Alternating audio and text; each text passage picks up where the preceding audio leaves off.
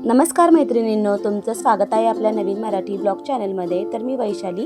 तर आज आपण बनवणार आहोत छान असं मस्त खानदेशी पद्धतीचं गोड आंबट लोणचं, अगदी छान पद्धतीने आणि योग्य प्रमाणासह योग्य टिप्ससह कशा प्रकारे कोणता आंबा घ्यायचा आणि गूळ वगैरे वितळून कशा प्रकारे किती प्रमाणासह घ्यायचं, जे कोणी नवीन पद्धतीने म्हणजे प्रथमताच बनवणार आहेत त्यांच्यासाठी अगदी खास टिप्स आणि योग्य पद्धतीसह अशा पद्धतीने आपण आज लोणचं बनवणार आहोत। तर 3 किलो कैरीचं लोणचं आपण आज बनवणार आहोत। तर व्हिडिओ स्किप न करता बघत राहा।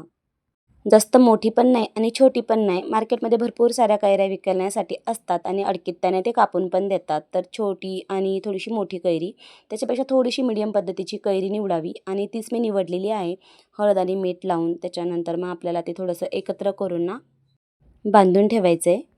मार्केटमध्ये ना खूप साऱ्या प्रकारच्या कैऱ्या असतात आणि प्रत्येक कैरीचं लोणचं आपण वेगवेगळ्या पद्धतीने बनवत असतो। तर थोडीशी आंबटसर कैरी जी असते तिचं लोणचं खूप छान आणि मस्त होतं, कारण वर्षभर टिकावं त्याच्याकरता आपण ही सगळी मेहनत करत असतो।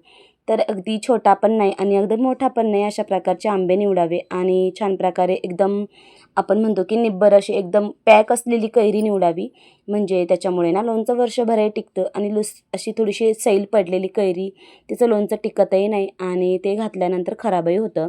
तर अशा साऱ्या टिप्स तर बघू शकतात। मस्त अशी कैऱ्या घेतलेल्या होत्या आणि त्या फोडून आणलेल्या आहे। त्यातलं जे मधलं जे बी असतं आपण त्याला कोय म्हणतो, ते बाजूला काढून टाकलेलं आहे आणि त्यानंतर मग ह्या कैऱ्या घरी आणल्याच्या नंतर ना त्याच्या काप जे केलेले होते त्यांना थोडंसं हळद आणि मीठ लावलेलं आहे।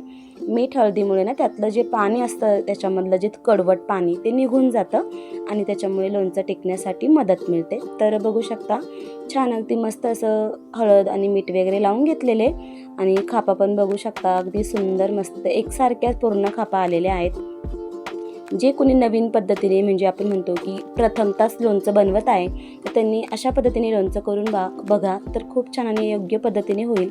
तर ह्या जवळजवळ 3 किलो कैऱ्या आहेत। 3 किलो कैऱ्यांचं अगदी योग्य प्रमाणासह योग्य टिप्ससह आणि अगदी छान असं गोड आंबट लोणचं आपल्याला बनवायचं आहे। तर व्हिडिओ स्किप न करता बघत राहा।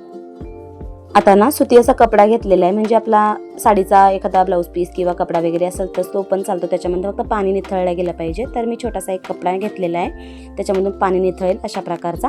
तर ते आपल्या ज्या खापा ज्या होत्या लोणच्याच्या त्या त्याच्यामध्ये टाकायच्या आहे, त्यातलं पाणी निथळण्याकरता। म्हणजे जवळजवळ 4 ते 5 तास आपल्याला या निथळत ठेवायच्या आहे किंवा एखाद्या ठिकाणी तुम्ही असं बांधून टांगून देखील ठेवू शकतात।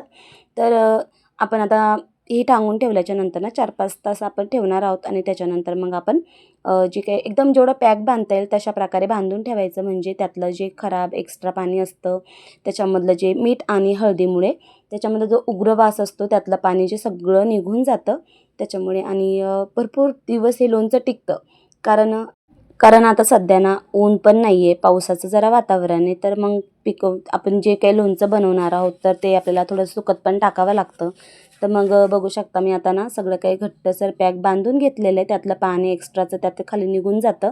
तर वरतून ना मी एक चाळणी ठेवलेली होती आणि त्याच्यामधून जे काही पाणी होतं एक्स्ट्राचं ते त्याच्यामध्ये निघून जातं। तर त्याच्याकरता मग असं 4 ते 5 तासाकरता मी ठेवलेलं आहे, म्हणजे त्यातलं पाणी सगळं काही एक्स्ट्राचं निघून जाईल। तर आपण ना खडे मसाले वगैरे सगळे काही ॲड करतो, पण ह्यावेळेस ना करायला गेले एकाने झालं एक।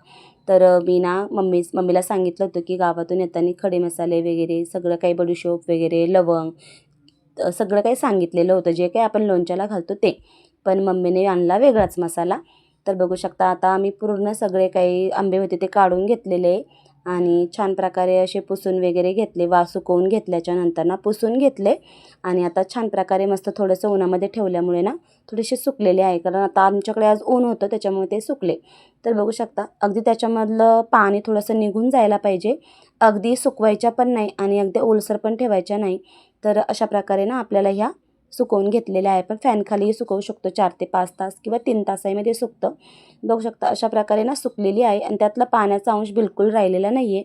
तर अशा प्रकारे आपल्या लोणच्यासाठी ना एकदम परफेक्ट अशा खापा तयार झालेल्या आहेत आणि ह्याच लोणच्यासाठी अगदी परफेक्ट आहे आणि टिकतं पण भरपूर, त्याच्यामुळे त्याच्यामध्ये थोडासा पण अंश पाण्याचा ठेवायचा नाही। आणि आता मी तेल तापत ठेवलेलं आहे कढईमध्ये। 3 किलो कैरी करता मी आता 1 लिटर तेल ठेवलेलं आहे, कारण जेवढं तेल जास्त तेवढं लोणचं पण भरपूर दिवस टिकतं आणि छान होतं। तर मम्मीने हा मसाला आणलेला आहे, तर रेणुका मसाले म्हणून आहे आमच्या सिन्नरमध्ये, तिथूनच आणलेला आहे. आणि आम्ही दरवर्षी खडे मसाले वगैरे आणून तशा प्रकारे करत असते. तर त्यांच्याकडे गेल्याच्या नंतर ना त्यांनी हा मसाला सजेस्ट केला. त्याच्यामध्ये सगळं काही टाकलेलं आहे, फक्त मीठ आणि गूळ टाकायचं आहे. त्याच्यामुळे मग हा मसाला मम्मीने आणला, त्याच्यामुळे मग मला टाकावा लागला. तर म्हणायला त्याच्यामुळेच मला सांगावं लागलं की करायला गेले एक आणि झालं एक. तर मसाल्यासाठी जी काही चिठ्ठी बनवून दिलेली होती ते काही आणलं नाही, हा मसाला आणलेला आहे. पण छान झालं लोणचं, खूप मस्त आणि खूप व्यवस्थित झालं. कलर पण खूप छान आला, बघू शकता. आपल्या मोहरीचा वगैरे म्हणजे जी काही आपल्यासाठी जी मोहरी लागते त्याचा कलर वगैरे खूप छान होता. हळद मीठ वगैरे सगळं काही आणि मिरची वगैरे सगळं त्याच्यामध्ये ॲड असतं.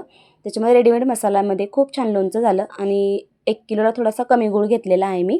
3 किलो कैरी करताना जवळजवळ अर्धा किलो आणि वर थोडासा गूळ घेतलेला आहे मी, कारण गोडसर लोणचं बनवायचं आहे खानदेशी पद्धतीने. त्याच्यामुळे अशा पद्धतीने बनवले. त्यांना सांगितलं होतं मम्मीने की या पद्धतीत आम्हाला म्हणजे 3 किलो जे काही आपलं कैरी आहे कापून घेतलेली तिच्याकरता मसाला द्या. तर त्यांनी तशा प्रकारे पुडी बांधून दिली. तर अशा प्रकारे घरगुती मसाला आम्हाला मिळाला आणि तोच आता याच्यामध्ये ॲड करायचा आहे. तर कैऱ्या पण आपल्या पूर्णपणे मस्त सुकलेल्या आहेत आणि आता तेल पण तापत ठेवलेलं होतं. जास्त काही तेल तापून दिलेलं नाही मी, कारण धूर निघेपर्यंत तेल काही तापवायचं नाही आहे. त्याच्यामुळे जरा कडवटपणा येतो आणि आपला जो मसाला असतो तो पण जाळला जातो. तर अशा प्रकारे बाजूने मी छान प्रकारे मस्त मीठ वगैरे टाकून घेतलं आणि गूळ आता एकदम बारीक करून घेतलेला आहे. तेल थोडंसं तापून घेतलेलं होतं, त्याच्यामध्ये बघितलं तर थोडंसं मस्त तेल तापून झालेलं होतं. तर त्याच्यामध्ये मी आता गूळ टाकत आहे. तर गूळ टाकल्याच्या नंतर ना तो चांगल्या प्रकारे वितळून घेतला आणि मग तो आपल्याला मसाल्यामध्ये ॲड करायचा आहे.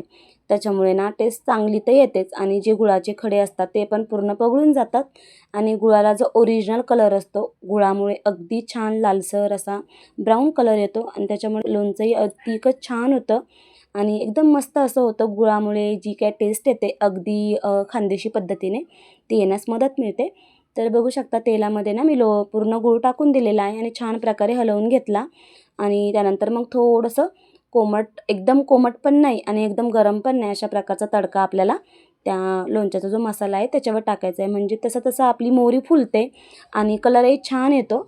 तर बघू शकता थोडा करून मी सगळा काही तेल वगैरे होतं ते सगळं मसाल्यावर टाकलेलं आहे आणि छान प्रकारे मग एकजीव करून घ्यायचं. एकजीव केल्याच्या नंतर ना मसाल्याला कलर पण छान येतो, मोहरी पण फुगते आणि अगदी छान वगैरे मस्त असा मसाला होतो. वरतून मसाला वगैरे मिरची टाकण्याची गरज पडली नाही. मोहरीला त्याच्यानंतर काळे मिरे, लवंग, बडीशोप आणि त्यानंतर तमालपत्र वगैरे सगळ्यांचं काही एकजीव जे आपला खडा मसाला असतो तो बारीक करून यात टाकलेला आहे. कारण विचारलं ना त्यांनी तेच सांगितलं आमचा घरगुती मसाला आहे. त्याच्यामुळे ह्यावेळेस 3 किलो कैरीचं लोणचं अशा पद्धतीने करून बघितलं आणि खूप छान आणि मस्त टेस्टी पण झालं. सगळ्यांनाच आवडलं लोणचं.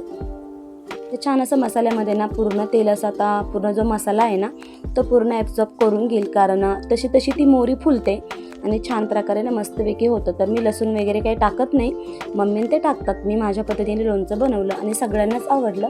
तर बघू शकता चांगल्या प्रकारे मस्त अशी मोहरी फुललेली आहे आणि आता जेवढं काही वरती तेल दिसतंय तेवढं तेल आता त्याच्यामध्ये पूर्ण आता म्हणजे पूर्ण शोषून घेणार ते, कारण तसं आपलं जे काही मसाला आहे तशा प्रकारे तो मुरत चालतो. तर हा मसाला आत्ताच्या मिनटाला रेडी झालेला आहे. तर मी जवळजवळ अर्धा किलोचं थोडं कमी म्हणजे 3 पावशेराच्या थोडंसं पुढं जास्त थोडंसं एवढं मीठ टाकलेलं होतं आणि 1 किलोला थोडासा कमी एवढा गूळ टाकलेला आहे, कारण मुलांना गोड लोणचं आवडतं म्हणून.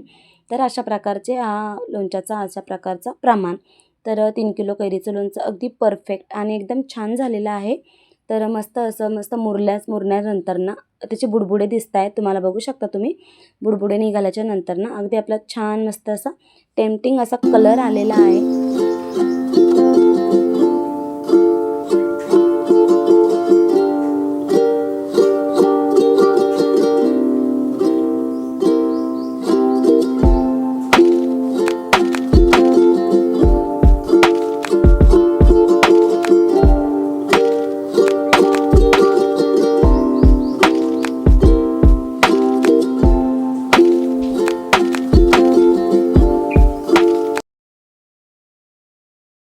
बघू शकता आता जवळजवळ 1 ते 1.5 तास झालेला आहे आणि थंड झालेला आहे पूर्ण. अगदी छान असं मस्त मुरलेला आहे तो. जे आपलं काही जे सारण आहे आपण सारणच म्हणू शकतो. मोहरी छान अशी फुललेली आहे आणि आता तेल त्याच्यामध्ये भरपूर सारं ॲब्झॉर्ब झालेलं आहे.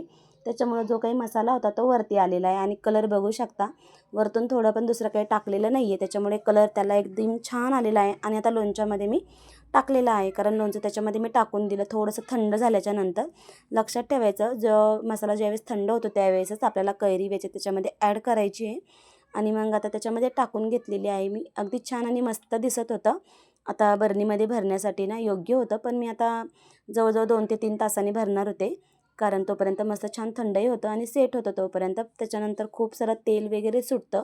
आता जरी तुम्हाला अशा प्रकारे दिसतंय, तर तुम्हाला मी उद्या दाखवते, म्हणजे दुसऱ्या दिवशीचा व्हिडिओ, तर कशाप्रकारे तेल त्याचं पूर्ण पाझरलेलं आहे खाली.